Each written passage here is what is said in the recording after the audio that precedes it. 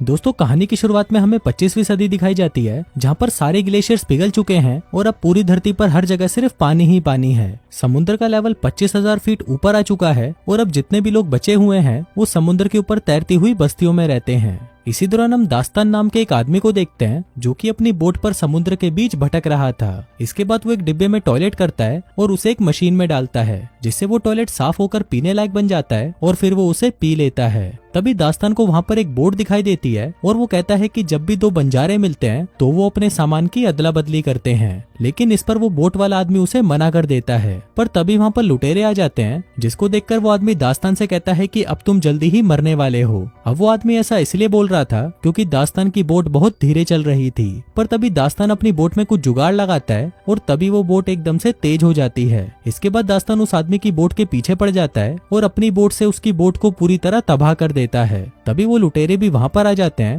हे movie के चाहने वालों, हम आपके लिए लेकर आए हैं एक धमाका ऑफर। नेटफ्लिक्स और अमेजोन पर भारी भरकम छूट आपके सामने अभी प्लान लिखे हुए हैं। अगर आपको हमारे प्लान चाहिए तो दिए गए व्हाट्सएप नंबर पर कांटेक्ट करें। नेटफ्लिक्स और अमेजोन जैसे किसी भी प्लेटफॉर्म के लिए संपर्क करें।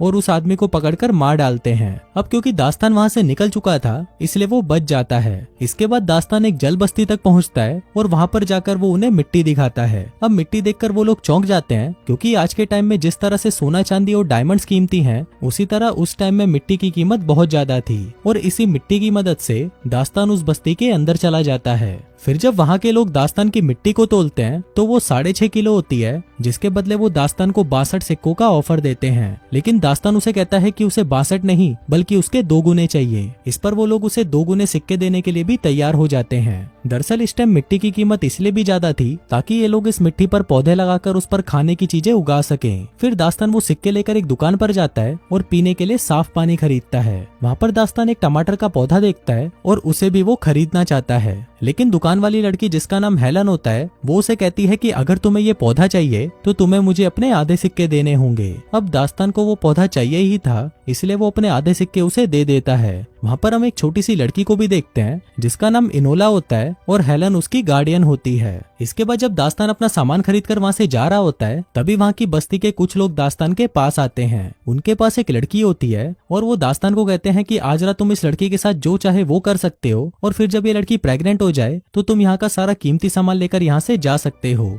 लेकिन दास्तान उन्हें मना कर देता है और कहता है कि तुम लोगों के पास मुझे देने के लिए कुछ नहीं है। अब दास्तान वहाँ से जाने लगता है, लेकिन तभी बस्ती के लोगों को लगता है कि शायद ये कोई जासूस है, इसलिए वो उसे पकड़ लेते हैं। लेकिन तभी एक आदमी देखता है कि दास्तान के कान के पीछे गलफड़े हैं और ये देखकर वो चिल्लाने लगता है कि ये एक म्यूटेंट है। अब वो लोग दास्तान को कैद कर लेते हैं और उसे एक पिंजरे में डालकर पानी में डुबाने लगते हैं ताकि उसके मरने के बाद उसके शरीर को गलाकर खाद बनाई जा सके। लेकिन इससे पहले कि दास्तान पानी में डूब जाता, वहाँ पर कुछ लुटेरे आकर उस बस्ती के ऊपर हमला कर देते हैं। वहीं दास्तान पानी में डूबने लगता है, लेकिन तभी हेलन वहाँ पर आती है और उसे कहती है कि मैं तुम्हें बचा सकती हूँ, लेकिन इसके बदले तुम्हें मुझे और एनोला को अपने साथ ले जाना होगा। अब दास्तान उसकी शर्त मान जाता है और फिर वो तीनों दास्तान की बोट में बैठकर वहाँ से निकल जाते हैं। वहीं वो लुटेरे उनकी बस्ती को तबाह कर देते हैं और उस पर कब्जा कर लेते हैं। इसके बाद हम लुटेरों के सरदार डिंकन को देखते हैं जो कि अपने चमचों से कहता है कि उसे टैटू वाली लड़की चाहिए। दरअसल ये लोग एनोला के बारे में ही बात कर रहे थे। एनोला के पीठ पर एक टैटू है जो कि एक नक्शा है और इन लुटेरों का मानना है कि वो इस नक्शे की मदद से ऐसी जगह पर पहुंच सकते हैं जहां पर सिर्फ जमीन है।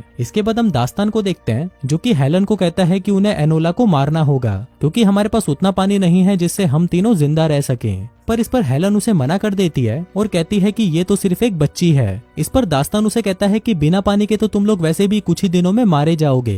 लेकिन हेलन फिर भी एनोला को बचाना चाहती थी, इसलिए वो उसे नीचे बेसमेंट में जाने को कहती है, जिसके बाद वो दास्तान के सामने अपने कपड़े उतार देती है और उसे किसी तरह से मना लेती है। वहीं दूसरी तरफ हम डिंकन को देखते हैं जो कि अपने चमचों से कहता है कि उसे किसी भी कीमत पर वो टैटू वाली लड़की चाहिए ही चाहिए और इसके लिए वो प्लेन पर अपने कुछ आदमियों को दास्तान के पीछे भेजता है। फिर कुछ ही देर में वो लोग दास्तान के पास पहुंच जाते हैं और उस पर हमला कर देते हैं। फिर दास्तान हथियार लेने के लिए नीचे जाता है, पर ऊपर हेलन को लगता है कि शायद दास्तान भाग गया, इसलिए वो खुद ही उस प्लेन पर हमला कर देती है। अब उस हथियार में से एक रस्सी निकलती है जो कि प्लेन में जाकर फंस जाती है। तभी दास्तान वहाँ पर आता है और वो बहुत ही मुश्किल से उस रस्सी को काटकर उसे बोट से अलग कर देता है। अब हेलन की इस हरकत से उसकी बोट पूरी तरह से कबाड़ हो चुकी थी, जिससे गुस्सा होकर दास्तान हेलन और एनोला के बाल काट देता है और उनको कहता है कि आज के बाद मेरी बोट की किसी भी चीज को छूना मत। अब वो लोग आगे बढ़ ही रहे थे कि तभी दास्तान को एक बोट दिखाई देती है जिस पर एक आदमी होता है। हेलन उसे कहती है कि हमें उससे बात करनी चाहिए, शायद उसके पास खाने के लिए कुछ हो सकता है।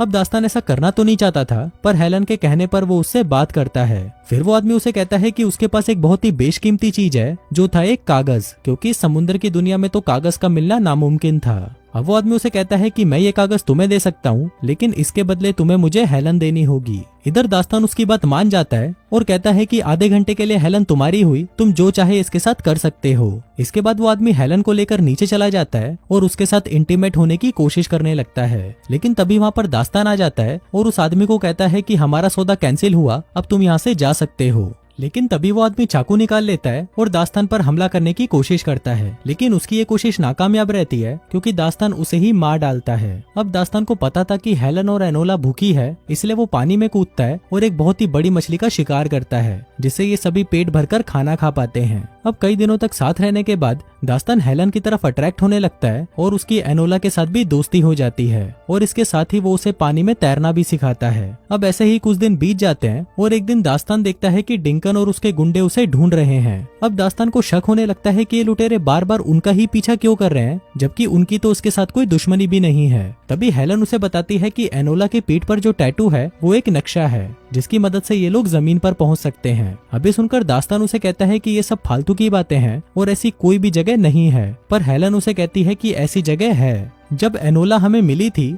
तो उसकी टोकरी में भी मिट्टी थी और वो मिट्टी तुम्हारी मिट्टी से ज्यादा अच्छी किस्म की थी। अभी सुनने के बाद दास्तान हेलन को एक बॉक्स में बंद करता है और उसे समुद्र के तल पर ले जाता है, जहाँ पर वो उसे बड़ी बड़ी बिल्डिंग्स दिखाता है जो कि पानी में डूबकर बिल्कुल वीरान हो चुकी थी, ताकि उसके मन में जमीन को लेकर जो झूठी उम्मीद है वो सभी खत्म हो जाए। इसके बाद जब वो दोनों वापस ऊपर आते हैं तो वो देखते हैं कि लुटेरों ने उनकी बोट पर कब्जा कर लिया है। इसके बाद डिंकन दास्तान से पूछता है कि इनोला कहाँ पर है, क्योंकि इनोला इन लुटेरों को देखकर पहले ही छुप चुकी थी। अब हेलन इनोला को देख लेती है पर वो चुप रहती है। इसके बाद डिंकन उन्हें कहता है कि अगर तुम लोग मुझे नहीं बताओगे तो मैं तुम दोनों को मार डालूंगा। अब इससे पहले कि वो उसे मारता, इनोला बाहर आ जाती है और वो लोग उसे उठाकर अपने साथ ले जाते हैं। अब इनोला के जाते ही लुटेरे हेलन और दास्तान पर भी हमला कर देते हैं, पर तभी दास्तान हेलन को लेकर पानी में कूद जाता है और वो दोनों काफी देर तक पानी के नीचे रहते हैं। फिर जब ये लोग वापस ऊपर आते हैं तो वो देखते हैं कि लुटेरों ने इनकी नाव को पूरी तरह तबाह कर दिया है। अब क्योंकि दास्तान ने उसकी जान बचाई थी, इसलिए हेलन भी अब दास्तान से प्यार करने लगी थी और फिर वो दोनों उसी बोट पर ही एक दूसरे के साथ इंटीमेट हो जाते हैं। इसके बाद ये लोग यहाँ से निकलने की कोशिश करते हैं, पर ये लोग ऐसा नहीं कर पाते।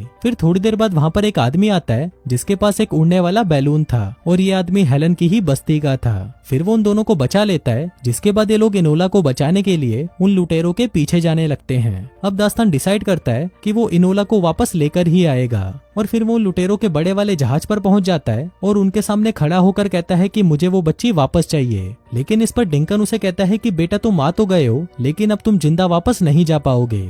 लेकिन तभी दास्तान एक मशाल निकालता है और उसे जलाकर एक तेल वाले टैंक में डाल देता है, जिससे वहां पर एक बहुत बड़ा ब्लास्ट होता है और उन लुटेरों की बोट पूरी तरह तबाह हो जाती है। इसके बाद दास्तान इनोला को ढूंढने लगता है, लेकिन तभी वो देखता है कि डिंकन एलोना को प्लेन में बिठाकर वहां से भाग रहा है, पर दास्तान एक रस्सी उठाता है और उसके हुक को प्लेन में फंसाकर उस प्लेन को क्रैश करवा देता है। अब उन लुटेरों का जहाज भी पानी में डूबने ही वाला होता है, पर तभी वहाँ पर हेलन उस उड़ते हुए गुब्बारे को लेकर आती है और फिर वो सभी उसमें बैठकर वहाँ से जाने लगते हैं। लेकिन डिंकन अभी भी जिंदा होता है और वो एक बंदूक लेकर उससे हेलन पर गोली चला देता है, लेकिन वो गोली एनोला के पास जाकर लगती है और एनोला उस बैलून से नीचे गिर जाती है। तभी दास्तान उस बैलून से जंप करता है और एनोला को पकड़कर वापस ऊपर आ जाता है और ये लुटेरे जो एनोला को पकड़ने आए थे वो आपस में ही टकराकर मारे जाते हैं। अब इन लोगों के साथ जो आदमी था उसे नक्शा पढ़ना आता था और वो उसकी मदद से उस आइलैंड का पता लगा लेता है। अब ये लोग फाइनली सूखी जमीन पर पहुंच जाते हैं और वहां पर उन्हें एक झोपड़ी मिलती है जहां पर दो कंकाल थे जो कि एनोला के माँ बाप थे।